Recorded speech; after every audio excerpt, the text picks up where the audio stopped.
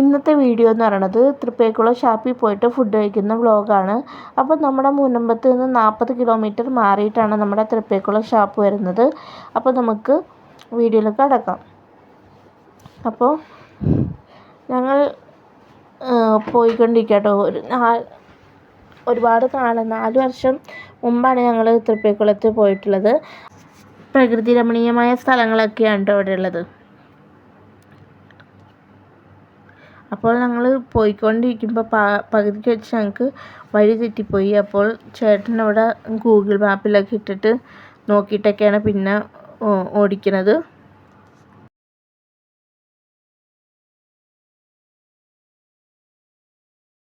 അങ്ങനെ ഞങ്ങൾ അവിടെ നിന്ന് പിന്നെയും യാത്രയായി. അപ്പോൾ അങ്ങനെ ഒടുവിൽ നമ്മുടെ തൃപ്പേക്കുളത്ത് എത്തിയിട്ടുണ്ട്.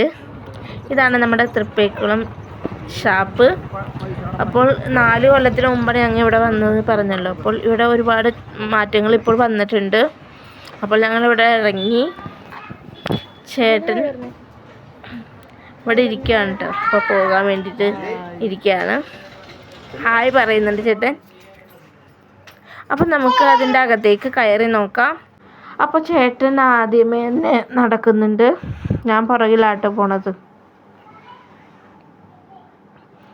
അപ്പോൾ ഇതാണ് നമ്മുടെ തൃപ്പേക്കുളം ഷാപ്പിൻ്റെ ഉൾവശം.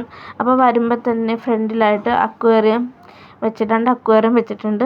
അപ്പോൾ നമ്മളിവിടെ നിന്നാണ് കേട്ടോ കഴിക്കണത്. ഒരുപാട് സീറ്റുകൾ വേറെ ഉണ്ട്. ഇവിടെ കപ്പിൾസും മാത്രമല്ല ഒരുപാട് ഫാമിലി ആയിട്ടും വന്ന ആളുകളുണ്ട് കേട്ടോ. അപ്പോൾ നമ്മുടെ ഫുഡ് എടുക്കാൻ വന്ന ചേട്ടൻ എന്തൊക്കെ വേണമെന്ന് ചോദിച്ചു. അപ്പോൾ ഞങ്ങൾ ഒരു കക്ക റോസ്റ്റ്, ഞണ്ട് റോസ്റ്റ്, അപ്പം, കള്ളുമാണ് കേട്ടോ, മുന്തിരിക്കള്ളുമാണ് ഓർഡർ ചെയ്തത്.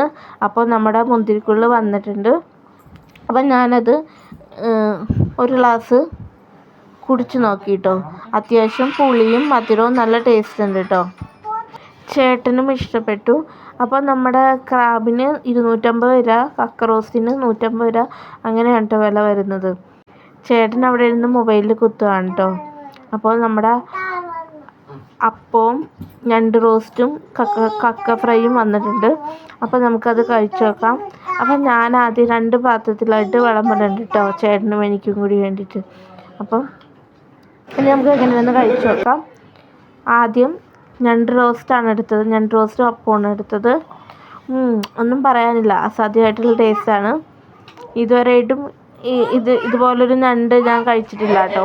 അത്രയ്ക്ക് നല്ല അടിപൊളി ടേസ്റ്റ്. ഗ്രേവിയൊക്കെ സൂപ്പർ ടേസ്റ്റാണ് കഴിക്കാനായിട്ട്. അത് കഴിഞ്ഞ് ഞാൻ കക്ക ഫ്രൈ എടുത്ത് കഴിച്ചു കേട്ടോ. കക്ക ഫ്രൈയും അടിപൊളി ടേസ്റ്റായിരുന്നു കേട്ടോ. ഇനി നമുക്ക് ചേട്ടനോട് എങ്ങനെയുണ്ടെന്ന് ചോദിക്കാം.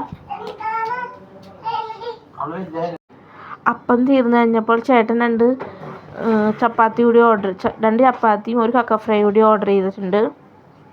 അപ്പം അതുകൂടെ കഴിക്കാം. എങ്ങനെയുണ്ടായിരുന്നു? എങ്ങനെയുണ്ടായിരുന്നു? ഞങ്ങൾ കൈ കഴുകി ഇതാ ബില്ല് പേ ചെയ്യാൻ വേണ്ടി പോണേ കേട്ടോ. ചേട്ടൻ ബില്ല് ചെയ്യാൻ നിൽക്കുന്നുണ്ട്. അപ്പോൾ ഇതാണ് ഞാൻ നേരത്തെ പറഞ്ഞ അക്വേറിയം. ഇതിൽ നിറയെ മീനുകളായിരുന്നു. അപ്പോൾ ഇവിടെയൊക്കെ ഞങ്ങൾ കഴിഞ്ഞ പ്രാവശ്യം വന്നപ്പോൾ ഇവിടെയൊന്നും ഉണ്ടായില്ലായിരുന്നു. ഇപ്പോൾ കുറേ ഇടത്ത് സീറ്റൊക്കെ പണിതിട്ടുണ്ട്. അപ്പോൾ ഞങ്ങൾ അവിടെ നിന്ന് തിരിച്ചിറങ്ങി കേട്ടോ. 3 മണിക്കാണ് തിരിച്ചിറങ്ങിയത്. വരുന്ന വഴിക്ക് ഒരുപാട് കെട്ടും കാര്യങ്ങളൊക്കെ കണ്ടു. നല്ല നല്ല സ്ഥലങ്ങളായിരുന്നു കേട്ടോ. അപ്പോൾ അതാ നമ്മുടെ കോട്ടപ്പുറം എത്തിയിട്ടുണ്ട്. ഇനി ഇവിടെ നിന്ന് അധികം ദൂരമില്ല നമ്മുടെ വീട്ടിലേക്ക് എത്താനായിട്ട്. നമ്മളെവിടെയെങ്കിലും പോയെന്നാലും ഈ കടയിൽ നിന്നൊരു സർവത്തുടി നിർബന്ധമാണ്. അപ്പോൾ ഇന്നും പതിവ് പോലെ ഇവിടെ സർവത്തുടിക്കാൻ കയറി 2 സർബത്ത് കുടിച്ചു. ഇനി നമുക്ക് വീട്ടിലേക്ക് പോകാം കേട്ടോ. സർബത്ത് കുടിച്ച് കഴിഞ്ഞ് നമുക്ക് വീട്ടിലേക്ക് പോകാം. അപ്പോൾ നമ്മുടെ നിവസാർ എത്തിയിട്ടുണ്ട്, ജംഗ്ഷൻ എത്തിയിട്ടുണ്ട്. ഇനി വീട്ടിലേക്ക് അധികം ദൂരമൊന്നുമില്ല, വേഗം എത്തും.